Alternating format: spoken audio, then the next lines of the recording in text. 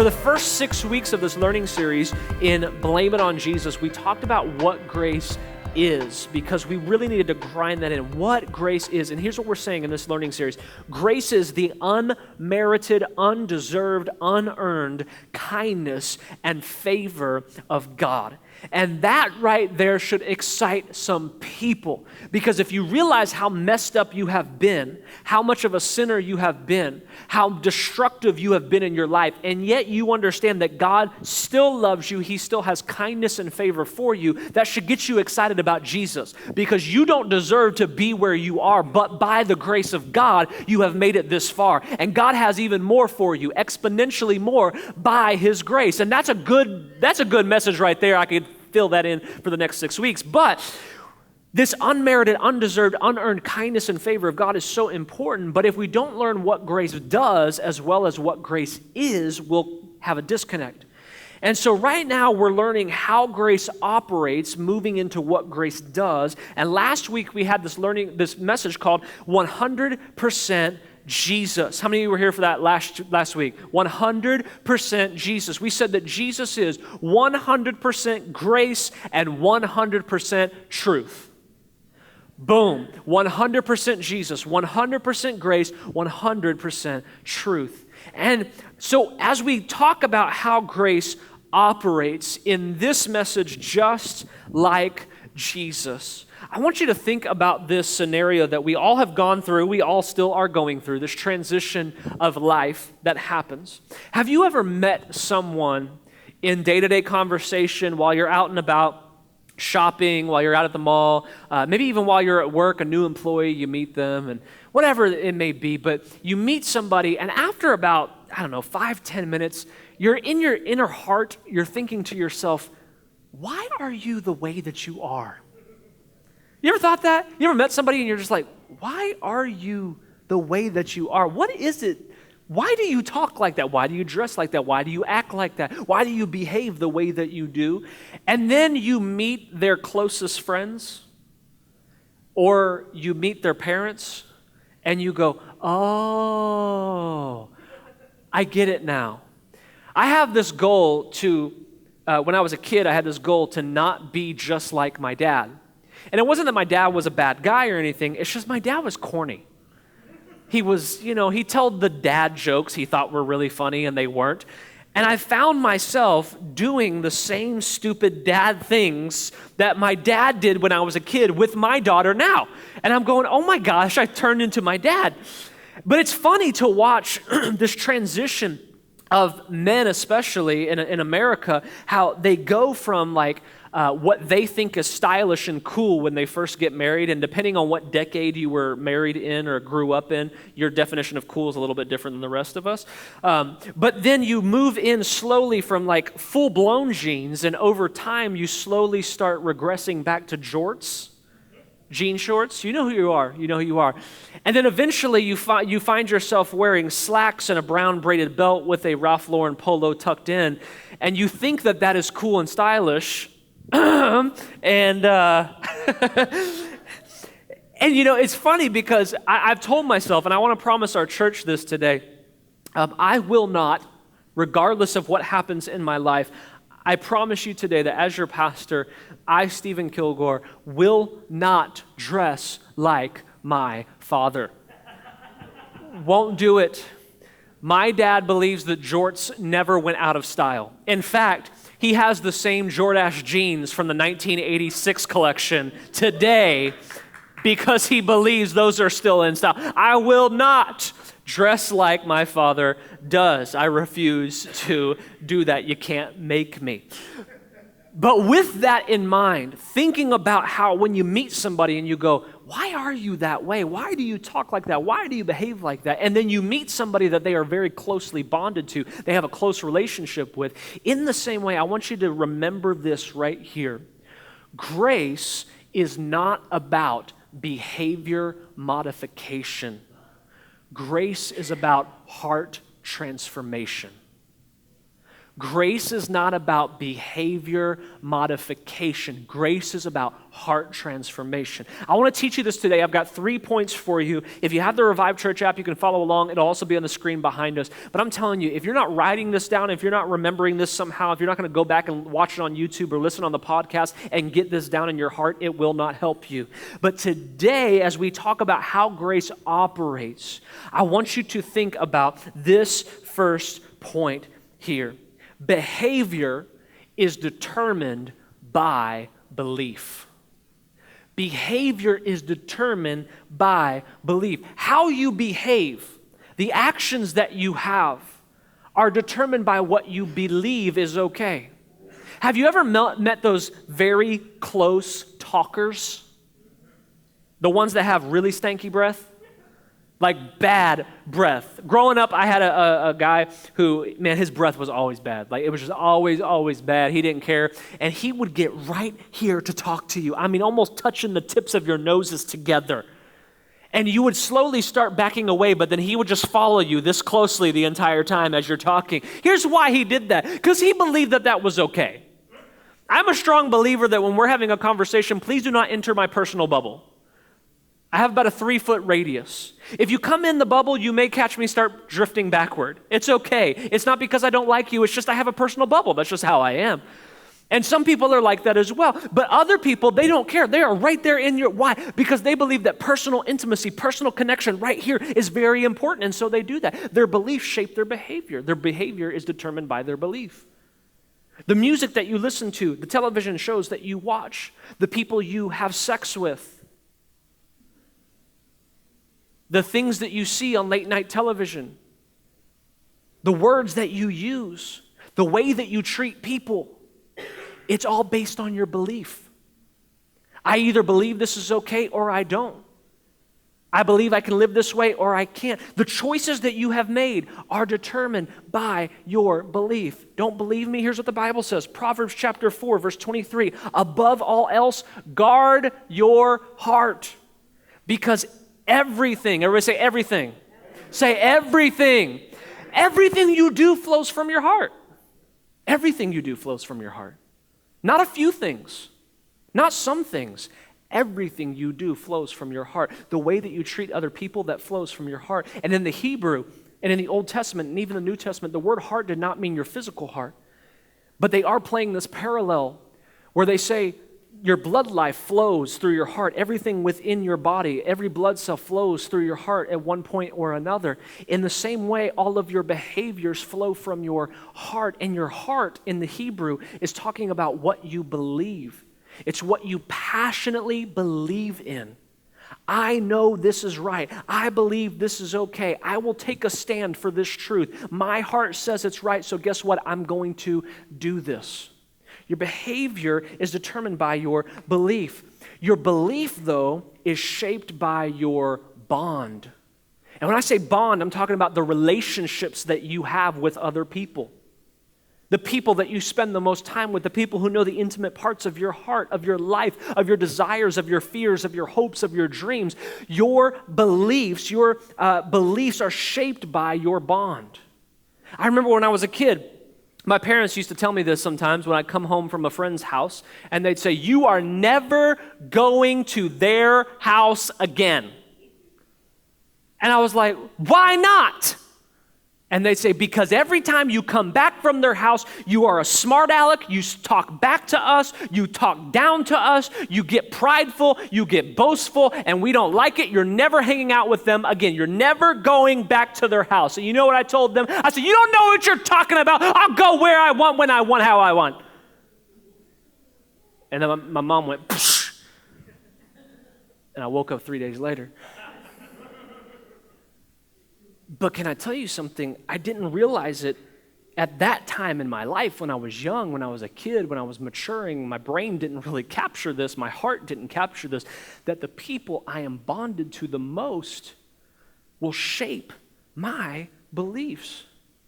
And if my behavior is determined by my belief and my bond is shaped my behavior, my belief is shaped by my bond, then those people I'm hanging out with are helping me shape what I believe is okay behavior or not okay behavior.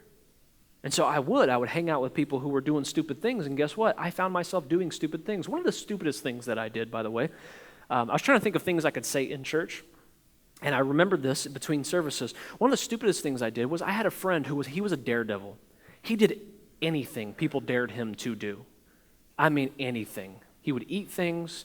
He would put his body at risk. And one day, me and him are over at a friend's house, and we were with a group of people, and they had a pool. Now, the pool was only about 5-6 feet deep. And I didn't pay attention to that fact. But because of the bond that I had with my best friend at the time, he decided that it would be a good idea for us to just scurry up to the roof, go to the highest point of the roof, and fly off the roof into the pool. Now, he went ahead and did it first to show me that it was okay. I said, cool, I can do that too. Some of you are really scared as to where the story is going. Don't worry, I'm alive today. But I remember jumping off of that roof, and the high that I got, not physically, but literally emotionally, while I'm midair going, at first it was like, oh my gosh, this is amazing. And about midway through you go, oh my gosh, this was stupid. And I hit the water, and I'll never forget, because the water level was so low, my body just sunk right to the bottom, and I had cannonballed in, and my skinny little bony butt slammed against that bottom of the pool. And thank God I didn't break anything, but can I tell you something? My butt was so bruised, I could not sit down for 3 weeks. But because I was in this relationship with this guy who said, this is okay to do, this is smart, this is fun, I went ahead and behaved that same way. I believe that that was a good thing to do. You know, parents, when you have kids especially, you have to be able to tell your children, hey, the bonds that you have are not healthy. The bonds that you have are shaping your beliefs. They are determining your behavior. And if you keep hanging out with this person, you're going to look like this person one day. As you get older, you will learn this. As you get older, hopefully you have learned this. I'm telling you, the more that I mature in Jesus, the more I realize this, that the level of who I am today is based upon the people I am most closely bonded to. And if their level is down here, guess what? My level will be capped down here. But if I determine that there is a greater bond, a bond with Jesus, and my bond is up here, guess what? Their level has to be brought up here. And here's the third thing that you have to understand. While your belief is determined, or your behavior is determined by your belief, and your belief is shaped by your bond, the bond is always your choice. You get to choose who you are bonded to. You, only you. You choose, you choose, you choose, you choose, you choose. You choose who you are bonded to. You choose the friends that you have. You choose the people that you interact with. You choose the people that you trust and the people you don't trust. You choose the people you put your faith in, the people you don't put your faith in. You choose those you are bonded to. You choose the people you call BFF. You choose the people that you give your heart to. You choose the people that you spend the most time with. You get to choose. Only you choose that. If you're in America today, guess what? You choose who you marry. You choose who you date. You get to choose that. And when you have this reality, oh my gosh, I have chosen these bonds, it's very convicting. Because all of a sudden you realize the bad, unhealthy, toxic relationships I am in, it's not their fault, it was mine. I was the one who chose this. And while you choose your bond, guess what? You can also choose to remove that bond as well. You can make the choice to put up boundaries. You can make the choice to say, nope, not today. Can't have that relationship. You choose your bond. And here's the thing. The greatest bond that we should have is with Jesus.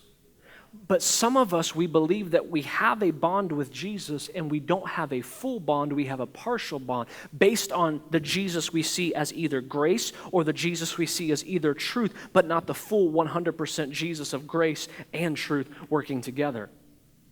In John 15, this is what Jesus says. He says, I am the true vine. My Father is the vine dresser. Every branch in me that does not bear fruit, he takes it away. And every branch that bears fruit, he prunes, that it may bear more fruit. He says, you're already clean because of the word which I've spoken to you. So abide in me, dwell in Jesus, have a bond with Jesus, and Jesus in you. Jesus has the bond in you, with you. As the branch cannot bear fruit of itself unless it abides in the vine, neither can you unless you abide in me. He says, I'm the vine, you're the branches. Look at somebody and say, you're a branch. Say it like you mean it, you're a branch.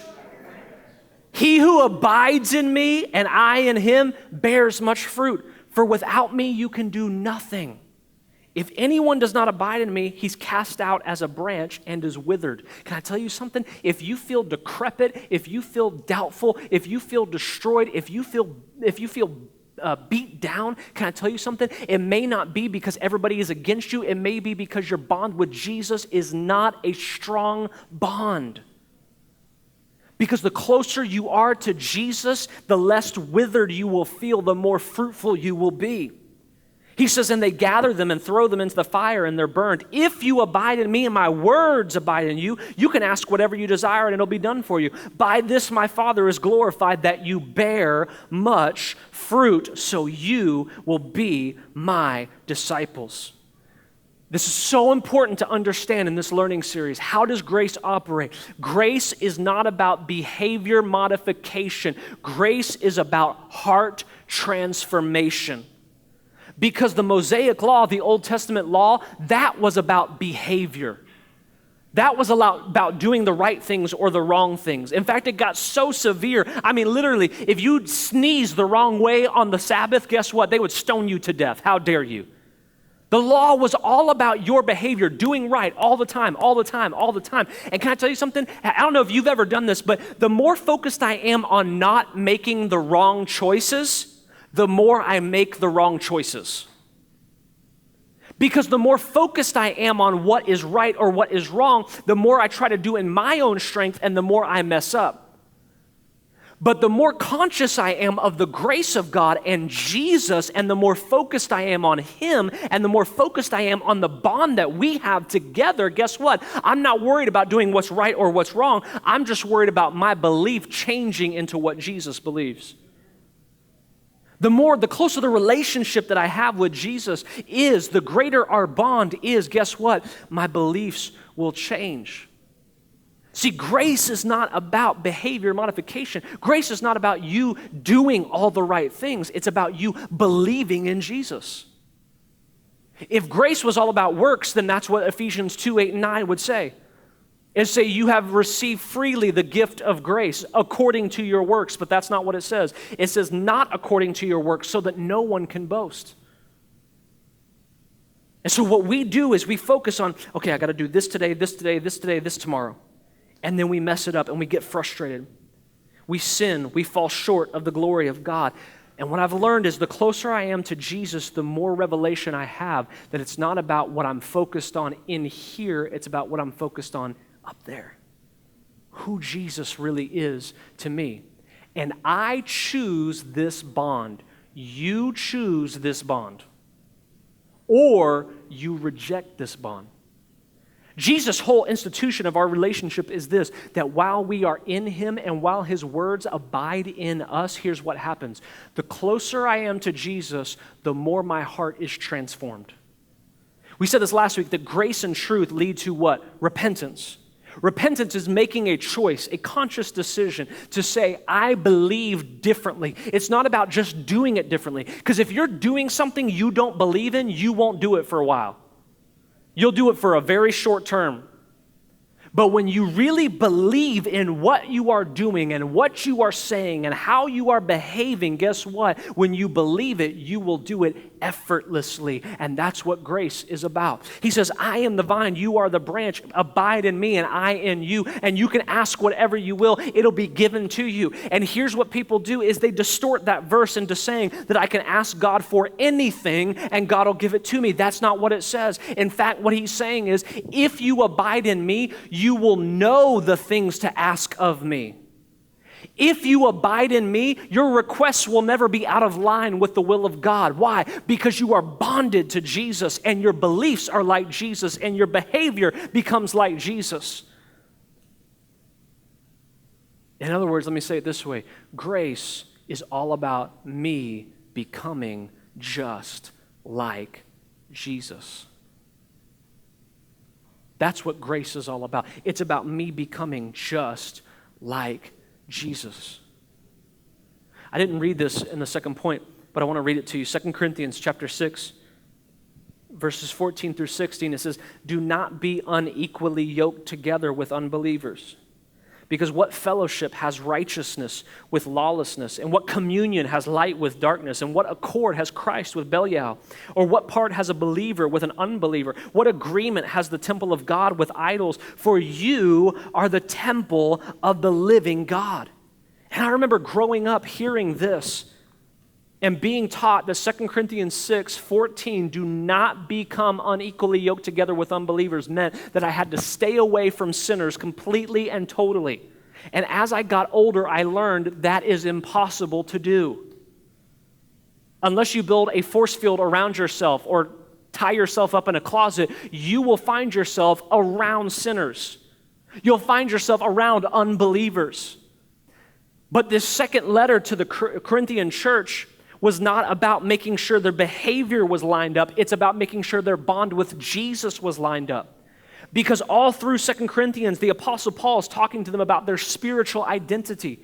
And he begins to tell them, look, if you were really bonded to Jesus, then why is it when you go back to the same environments, why is it when you go back to these old relationships, these people that you have had bonds with, and they say, hey, we're going to go make a child sacrifice, you go make a child sacrifice too?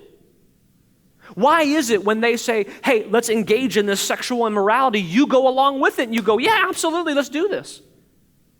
He says you cannot be unequally yoked together. In other words, don't say you're a follower of Jesus and then act a different way.